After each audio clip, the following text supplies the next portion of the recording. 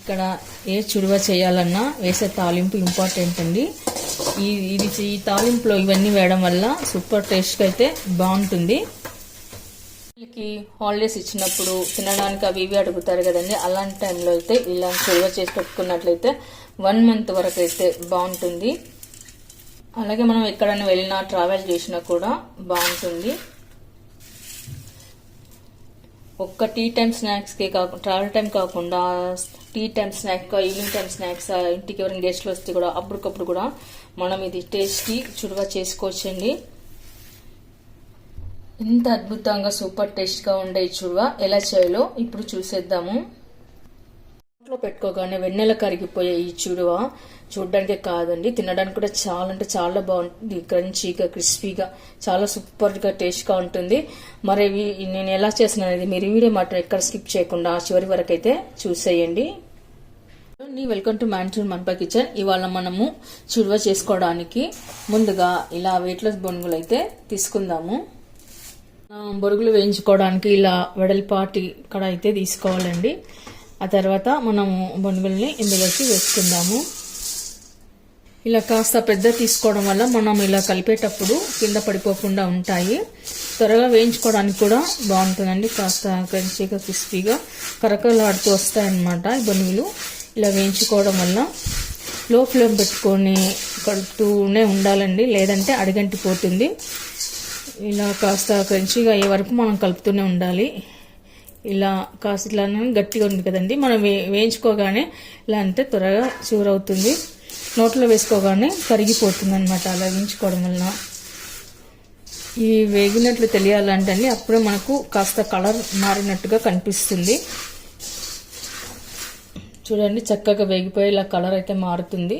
నోట్లో వేసుకోగానే మనకు అప్పుడే కరుం కురుం అనే సౌండ్ అయితే వస్తుంది, కరిగిపోతుందండి. ఇప్పుడు పూర్తిగా ఇది వేగిపోయినట్లు.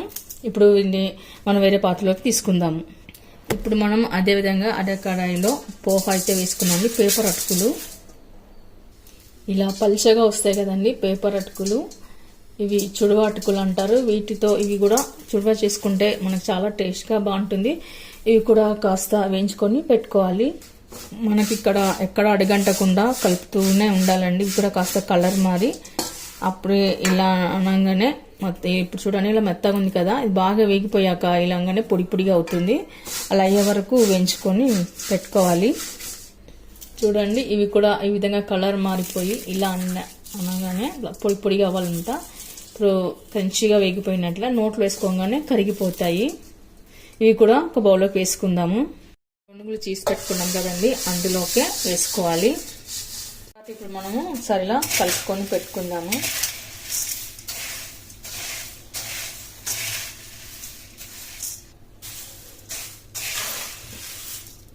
మొత్తం కలిసిపోయేలాగా కలుపుకొని పెట్టుకోవాలి.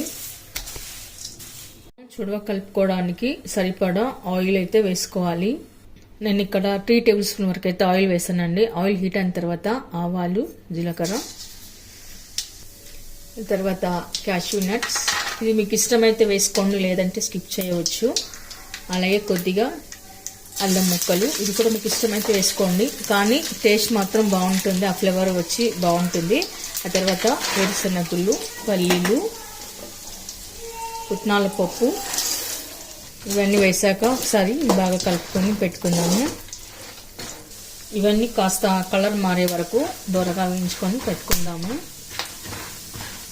ఆ తర్వాత కచ్చా పచ్చగా దంచిన 3 వెల్లుల్లి రెబ్బలు, ఎండు కొబ్బరి,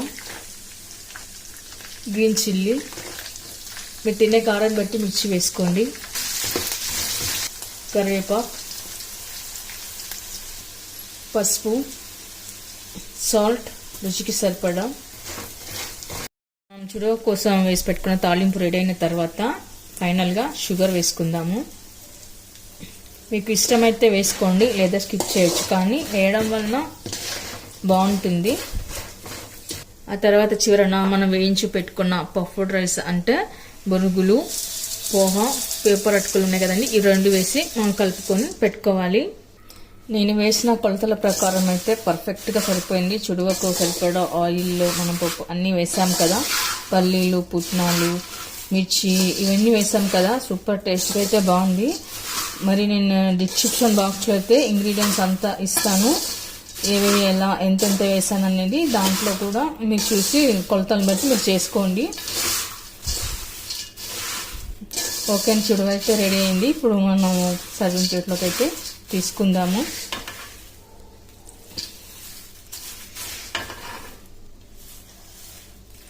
ఓకే అండి, చూసారుగా నోట్లో పెట్టుకోకుండా వెన్నెల కరిగిపోయే ఈ చుడువ.